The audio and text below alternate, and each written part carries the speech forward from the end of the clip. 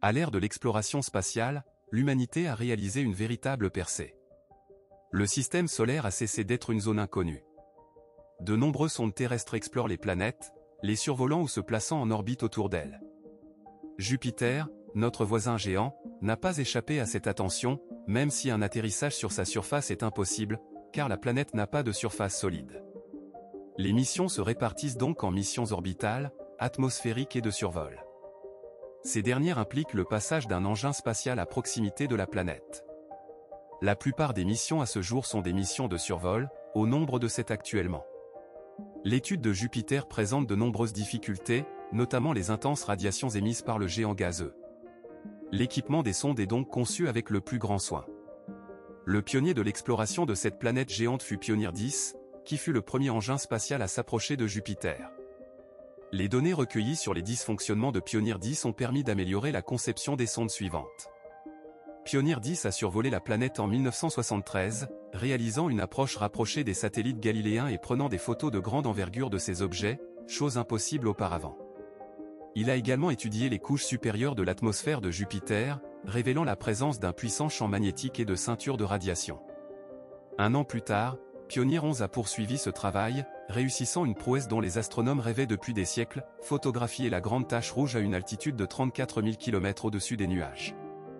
Cette image a permis d'examiner en détail cet immense vortex, un ouragan qui sévit depuis au moins 350 ans, dont la taille diminue progressivement, mais qui peut toujours contenir 2 ou 3 planètes de la taille de la Terre, ou 78 planètes Mercure.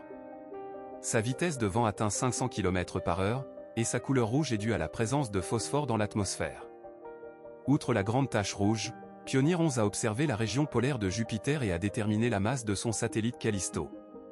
Voyager 1 a ensuite survolé Jupiter, bien que brièvement. Il a observé les anneaux et les satellites de la planète, apportant des informations supplémentaires sur son champ magnétique et son magnétosphère. Il est important de noter que sans voyager, le monde n'aurait pas su que Jupiter possède des anneaux, bien moins spectaculaires que ceux de Saturne. Les sondes ont également révélé pour la première fois une forte activité volcanique sur Io, alors qu'on pensait que ce phénomène était propre à la Terre. Ces observations et les images obtenues ont suggéré la présence d'un vaste océan sous la surface glacée d'Europe, l'une des lunes de Jupiter, océan potentiellement habitable.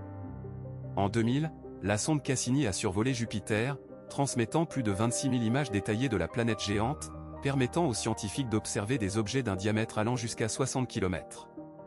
Une image particulièrement célèbre est celle du pôle de Jupiter, d'une qualité inégalée jusqu'alors. En 2007, la sonde New Horizon, en route vers Pluton, a survolé Jupiter. Parmi ses observations, elle a étudié la grande tache rouge, constatant que l'atmosphère jovienne abrite de nombreux autres orages, bien que moins imposants. Concernant les missions orbitales, 2 ont été menées à bien, Galileo et Juno. Galileo a été placé en orbite autour de Jupiter en décembre 1995 et y est resté 7 ans avant de s'écraser sur la planète, où il a été détruit par l'atmosphère. Un événement marquant observé par Galileo fut l'impact de la comète Shoemaker-Levy 9 en 1994, un événement impossible à observer depuis la Terre. Du 16 au 22 juillet, Galileo a observé les fragments de la comète s'écraser dans l'atmosphère de Jupiter. La température des boules de feu créées par les impacts a atteint 20 372 degrés Celsius, alors que la température dans les couches supérieures de l'atmosphère de Jupiter ne dépasse pas moins 140 degrés Celsius. Les panaches d'explosion des impacts de la comète ont atteint 3000 km de hauteur. Il s'agissait du premier impact d'objets célestes observé en dehors de la Terre. Galileo a également effectué une descente dans l'atmosphère de Jupiter, une première. La sonde a pénétré 156 km dans les couches atmosphériques bouillonnantes avant d'être détruite par la pression, la chaleur et les forces gravitationnelles. Après 57 minutes de descente, Galileo a très probablement été vaporisé dans les couches les plus chaudes de l'atmosphère. C'est la seule mission atmosphérique de ce type menée jusqu'à présent. Depuis 2016, Juno orbite autour de Jupiter. Pour ralentir et atteindre une orbite exceptionnellement basse, la sonde a émis des jets de plasma pendant une demi-heure. Juno vise à déterminer si la planète possède un noyau rocheux et quelle est la quantité d'eau dans son atmosphère. Ces données devraient permettre de mieux comprendre l'origine de la planète géante. En 2021, Juno devrait subir le même sort que Galileo. De futures missions sont prévues, notamment la mission Europa-Jupiter System Mission de la NASA et de l'ESA, initialement prévue pour un lancement en 2020, qui envisage des atterrissages sur les satellites galiléens.